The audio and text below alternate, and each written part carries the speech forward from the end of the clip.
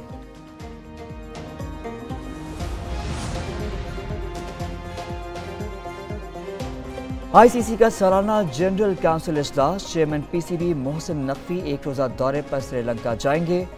آئی سی سی کے آج ہونے والے اہم اجلاس میں شرکت کریں گے. چیمپئنز ٹرافی کے شیڈیول اور بجٹ کی منظوری کے ساتھ اہم معاملات پر تبادلہ خیال ہوگا. پی سی بی کے چیئرمین کے علاوہ chief operating officer Salman Naseer بھی پاکستان کی نمائندگی کریں گے.